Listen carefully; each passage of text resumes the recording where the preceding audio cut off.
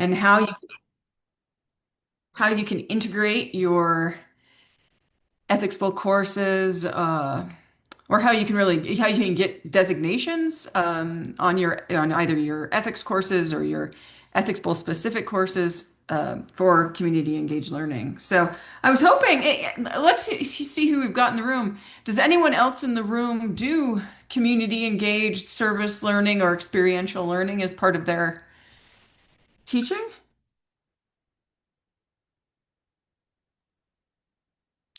I Yeah. don't, but we're trying to get this. There's a community engagement classification for institutions Yeah. that is a Carnegie classification thing that we're seeking out. So it's become a big thing that we're pushing on campus, but we also don't have a class, so I'd have to do it as a Yeah. but Yeah. some way to work it in. Yeah, ours is one of those Carnegie designated schools, so yeah, it's pushed really hard at Utah State. And Matthew, you were saying your school, you're doing this kind of work, yeah? Yeah, I've done service learning stuff in the past. My ethics bowl course is an experiential learning class. So because they get to go somewhere and do something, and then we build in the necessary amount of reflection so that they have that kind of complete that cycle. Can we talk a little bit about that? I mean, I bet it would be helpful for folks to hear the differences between the various designations. You might have more insight into that than I do. You want to give it a stab? Not to put you on the spot, but Yeah, give me like 2 seconds to find the diagram I need. Oh, which is not where I want it to be. Okay, I'll do it from memory. um, uh, I mean the experiential model behind it is it's the like the cold learning cycle, and the idea is that like you sort of think about what you're going to do, and then you do something and test it, and then you reflect on it, and then you can try again. And so that's kind of how I envision all of the practice rounds in class is kind of keeping that model in place. We've talked about some basics of ethics and argumentation and whatever, and then everyone in the class takes part in the practice rounds, whether they're going to be on the team or not. And then afterwards, we like debrief about what they did well. I always make them start with what they did well because they want to list all their mistakes. And then like how can we improve? And then like we do it again, and same thing, kind of all of that's preparation for the bowl itself. And then afterward, they write a reflection paper about what they learned, not just some practical things. What did they learn about public speaking, perhaps? But also, what did they learn about ethics? What did they learn about their own views of ethics? What did they learn about how they were thinking about the issues? Um, and so, building that into the course, then, I think makes it valuable. It also then gets us that designation with the university. It also it's good for the college. I probably you've already heard me say this, but like that kind of thing is good for our business accreditation to say we have students doing this sort of thing. Like not just the ethical theory, but like experiential learning in ethics. It looks great in the paperwork, and it's so far. I don't know. We don't. It's not like we win a lot, but I do think the students get a whole lot out of it, and so that's kind of that's the big thing for us. yeah, there's this sort of mercenarial component to all of this. I mean, the kinds of stuff that helps the university is the kind of stuff that doesn't get cut, right? I mean, at Utah State, we've just gone through, we had $12 million in budget cuts this past year, and all sorts of stuff just got slashed. But they're not going to cut, the kinds of programming they're not going to cut is like experiential service learning and community engagement. So, I mean, they're valuable for their own sake. I guess we shouldn't do it just for that reason, but that is a reason, right? Yeah. Huh. But then we also have, we have a center for experiential learning, and that's staff, and that's money, and that's resources to support and allies to have on campus. They like that they have a connection to something in the College of Business. I like that that they've got my back too. Yeah, sure. Uh, and then now, again, as funding becomes increasingly difficult to get, finding more points of collaboration and more places on campus uh, can only be helpful. Okay. And anybody else doing this kind of? Oh, yeah, Elizabeth. I just had a question for Matthew. Matthew, I'm also in a business department, and I'm really interested in what you're doing. Are you doing? Because I think it would be perfect. We have an experiential learning requirement as well, and so this would be an excellent way to do it. Are you doing this by yourself, or do you have somebody else that coaches with you? So what winds up happening on a practical level is I also run the Texas regional every other year. So on the even numbered years, I'm running the bowl and not coaching, and on the odd number years, I'm coaching. And so I will be teaching the class this fall. I will say, if you're interested, and Rachel has shared this in a previous thing, but there is the on the APPE website. There's a list of resources. And the syllabus for my class happens to be up there. It's from the last time I taught it, so it's now 2 years old. When I have the revised one this fall, I'll email it in and so it can get updated. But so if you want to just take a look at the syllabus for that sort of thing. But no, I'm doing it myself. It also, I mean, it helps that they hired me in part to teach ethics. And I actually designed the ethics course for our college. And over many iterations, but the latest iteration, some of you already heard me say this today, but we created kind of three equal versions of it, all that will meet the requirement. There's the ordinary version. There's a special topics version for any time we want to take on some special, topic that's important, like this fall, it's AI. And then there is the ethics bowl version, so that they're all in the catalog. They're all on the degree plan, and then the ethics bowl one has the experiential learning designation. So students know if they take that, they get their ethics credit and they get their experiential learning credit. Thanks, super helpful. Thank you.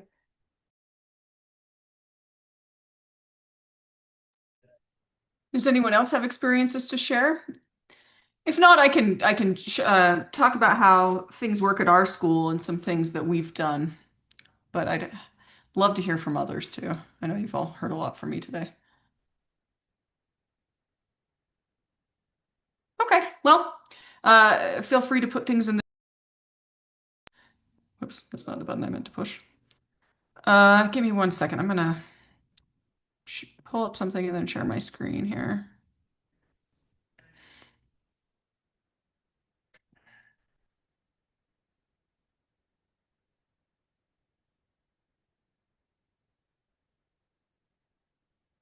Maybe. I should be better at this by this point. Okay.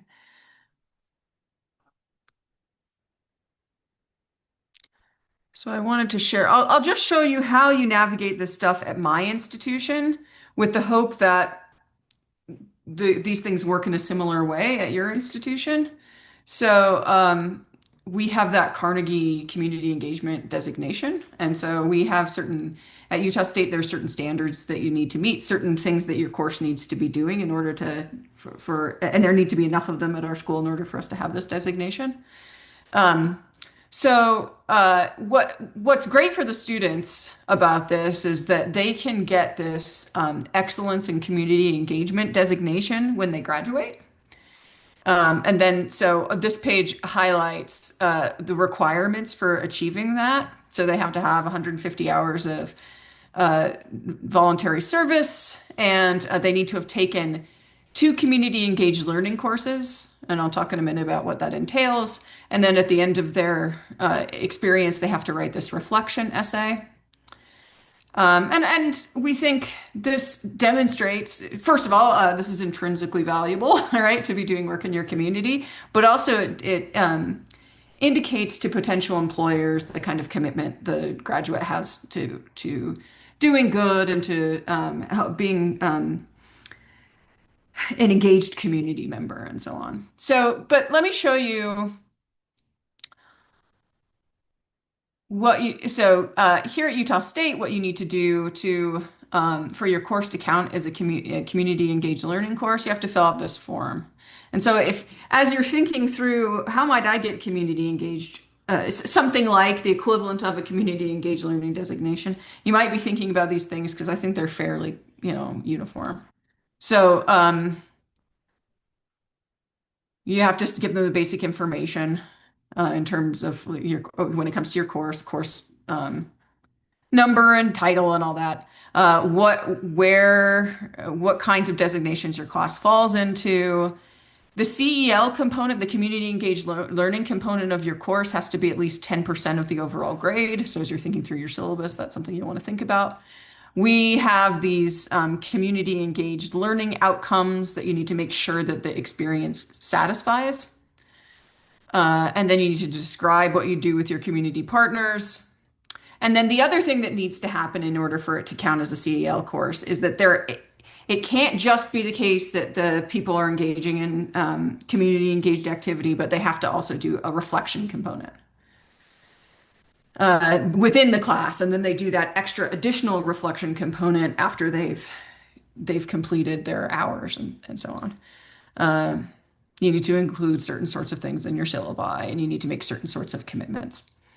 Um, so okay. So those are the basic standards you need to meet. So I'll talk to you about how we do this and how I've heard about other schools doing this. So I think the main and most common way of getting a community engaged learning designation on an ethics bowl course is having your students work in some way with the high school ethics bowl. And we've been advocating for these kinds of relationships at this workshop every year. I mean, maybe some of you went to the session earlier today that at which the person who runs the high school ethics bowl, Leo Kirby, was presenting. We're always looking to strengthen the bonds between the IEB and the high school bowl. So this can happen in more than one way. So the way I think that a lot of us would think is ideal is that the college students are actually out coaching the high school students. And this is a really good idea for a number of reasons. So it just helps to maintain the stability of the high school ethics bowl program because as it is, a lot of the high school teams are coached by faculty at the high school who are already really overburdened. And it's really hard for them to take on yet another thing. So often it'll be debate coaches that are kind of just taking on ethics bowl because out of the goodness of their heart, because it sounds like a good experience for their students. And so if you can do something like have a faculty sponsor at the high school, but remove some of the burden from the high school coach by having your college students actually doing the coaching, that's really a wonderful thing. And in my experience, I coached a high school team very briefly.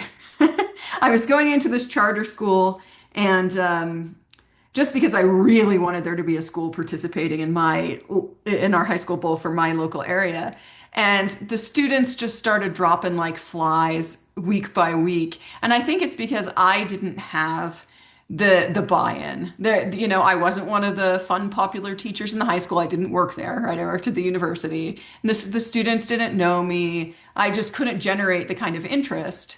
But the college students can because the college students are still young enough that the high school students think they're cool, right? So um, so that can really serve to build the high school bowl, and then of course our institutions are often excited about this because of the recruitment potential that it opens up.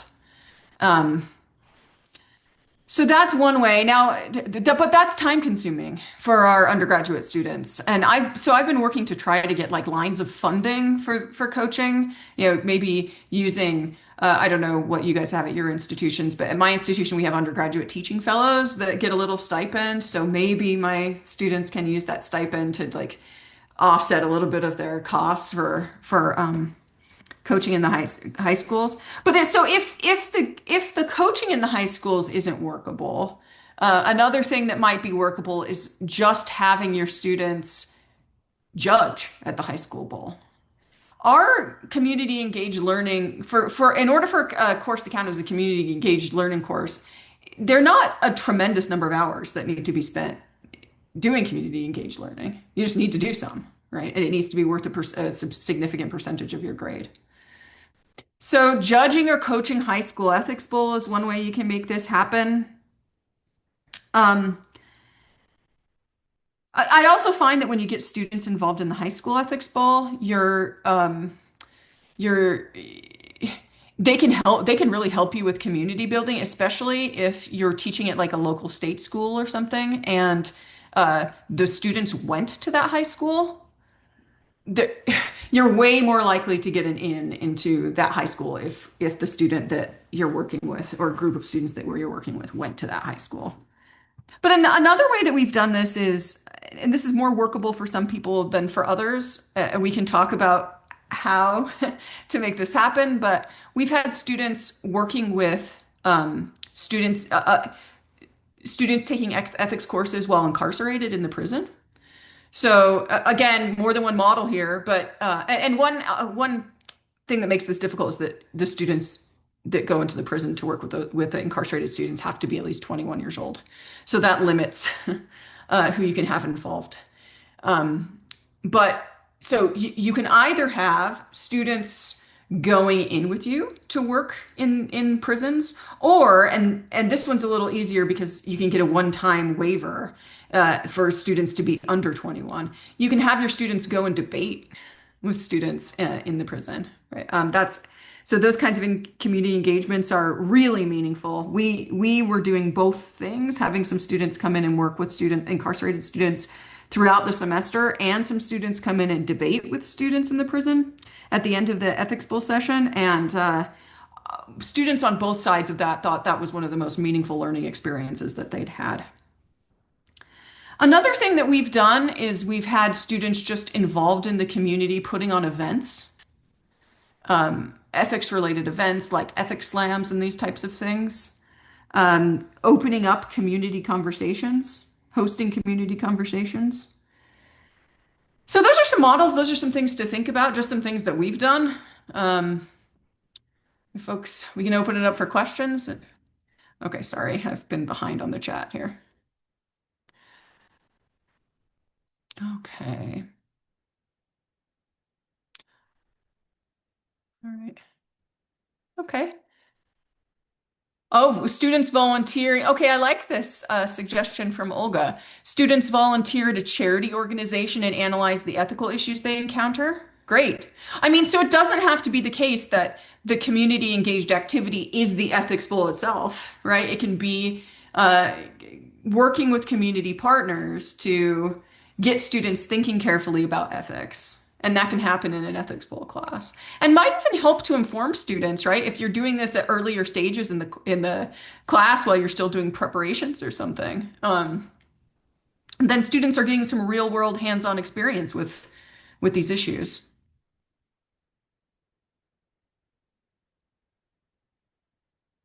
Okay, other thoughts or comments, questions, or some strategizing that we could do together?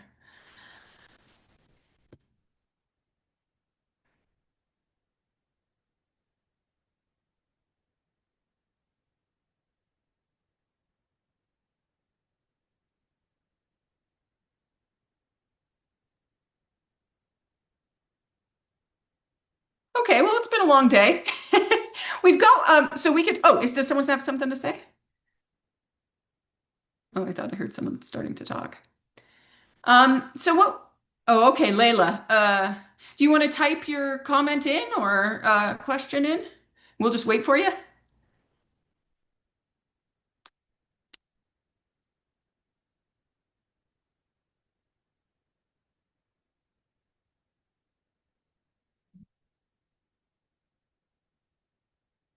Can you hear me now? I can. Yes, you did it. Sorry, sometimes technology fails us. Um, yeah, I'm in, I guess, a weird kind of position. Somebody may be in a similar one. I'm a graduate student, and we're trying to get the Ethics Bowl recognized as a course and something that's part of this new certificate that my institution is developing.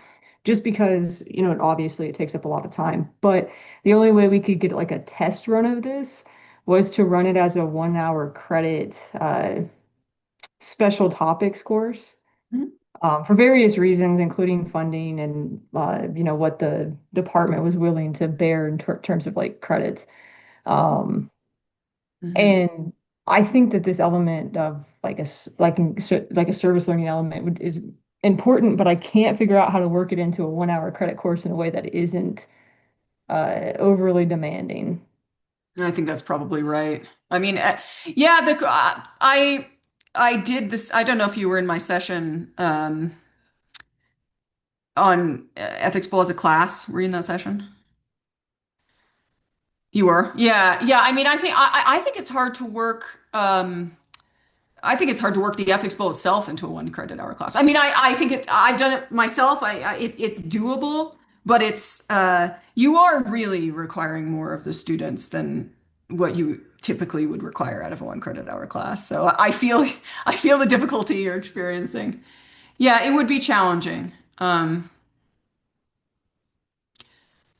it's- Yeah, so it was like the thought here, just like keep it in the back pocket for if I ever get to teach it as a 3 hour credit course. yeah, keep it. Yeah, I mean, there were a number of ways that there are a number of reasons to do community work with the ethics bowl, and right, I mean, but some reasons are just the kind of intrinsic value of it, the social value of it, but nobody's expecting a graduate student to take that kind of thing on out of the goodness of their heart. Um, but it can be the kind of thing that later, you're working with the ethics bowl now in this 1 credit hour capacity. That's a great way to get started. And then when you're in your tenure track job, fingers crossed, then you can do this kind of thing either as a class if you have that buy-in, or is the kind of thing you could do for service, which can, both is valuable on its own and can help you get tenure ultimately. So maybe this is just no, yeah, you keep it in your back pocket, maybe not necessarily for the 3 credit hour course time, but for some other time where it would be Yeah. appropriate. Yeah. All right. I appreciate the advice. Thank you. Yeah, sure.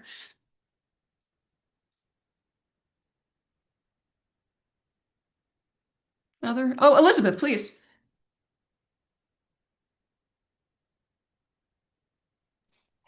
Okay, this is going to be a bit of a vague question, but we're all tired here, and that's sorry to not be visible, but we just drove from Iowa yesterday to North Carolina, so I'm not looking so hot today, so that's why. But I was just glad I could make it to this.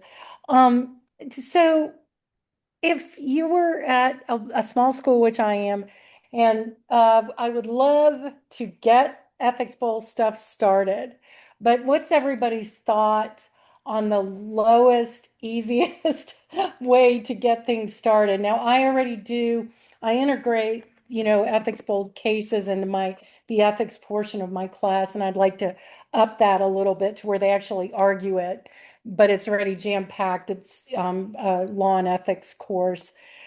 Um, I mean, this is a very open-ended question because we've got all this, a class, the actual ethics bowl, service learning.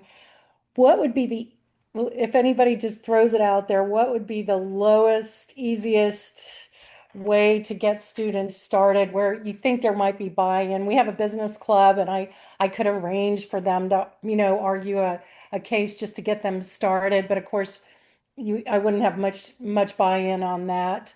And I know this is a vague and difficult question, but it's, kind of, if you're at a school where the resources are low, and, and I really appreciated, Rachel, your detailed explanation of everything, because it really hit so many areas that many of us are struggling with at, smaller schools with cut budgets. So it's kind of hard to, what's a, easy way to get started, I guess is my question. That's a great question. Why don't I see if other folks in the room have thoughts? Matthew, do you have thoughts on that? I've got some thoughts, but I'm sure people would rather.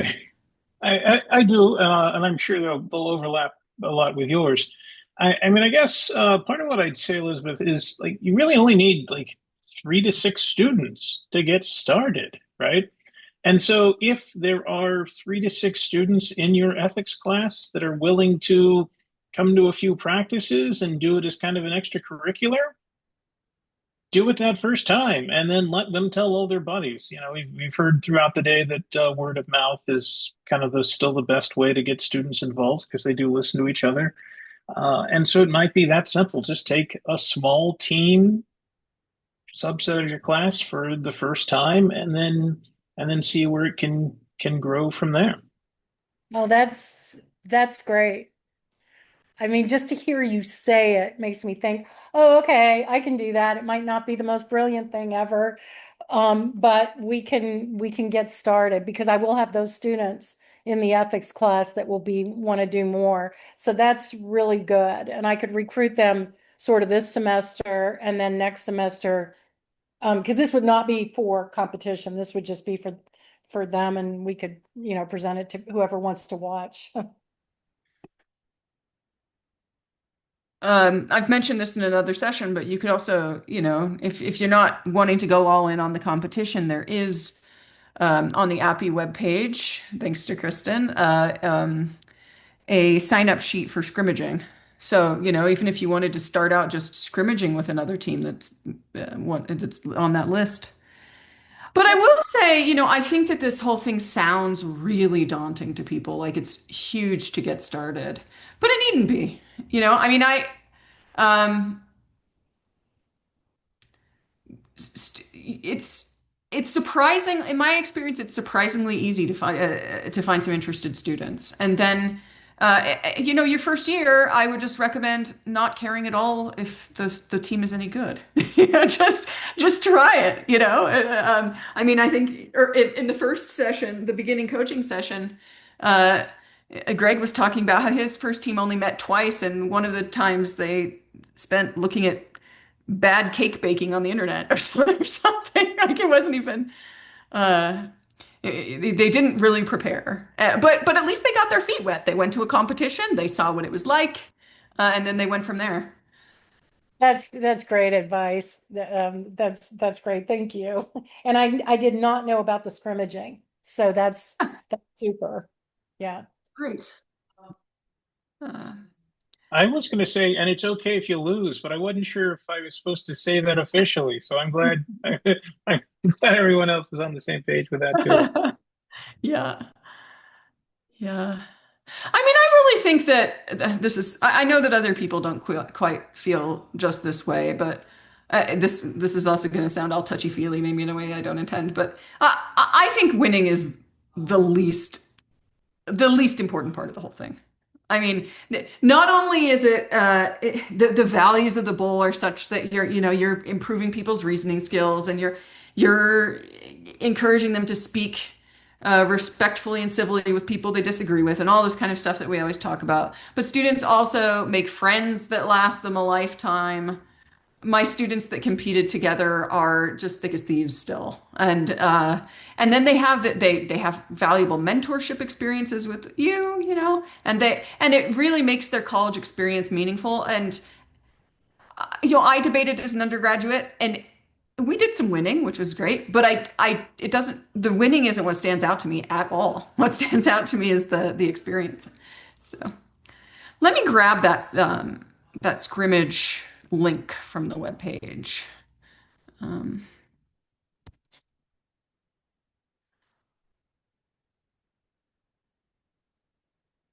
I think we've got Kristen doing I multiple have types. it. I have it, Rachel. Oh, you do? Okay. I didn't Sorry. know how many I'm irons you floating had. between two rooms, but I thought you were, yeah, I that's what I figured. So I I thought don't I'd know just how grab it. updated this gets, just as a heads up. I don't know how active it is, but I it would put be my great. name, I noticed that my name wasn't on the list and I put it on just like yesterday. Good. So, so if my name's on the list, then it's up, then it's still down or it's still active because I thought I did it yesterday. Now let's test that. Um, Yep, my name's on. And some folks from the tournament or from the workshop have put theirs on. So, yep. Okay. Oh, you're welcome. Any other comments or questions? Or, I mean, really, if there's anything, we've got session 7 where what we're gonna do in session 7 is cover some of the topics that folks brought up in the registration and throughout the day, the things they just thought of that they might want to address. But since we have some time in the session, is there any just question from out of left field that or kind of beginner stuff that you've been afraid to ask or something that you want to talk about in these next 20 minutes? We'll do an ask me anything here about the ethics bowl anyway. I'll put Matthew on the hot seat too.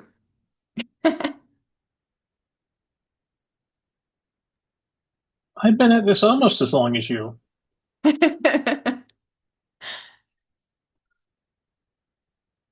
I know I've gotten to the stage where I'm like, I used to be proud of saying how long I've been involved, and now I'm like, oh, that just says something about my age. I can't count that high anymore.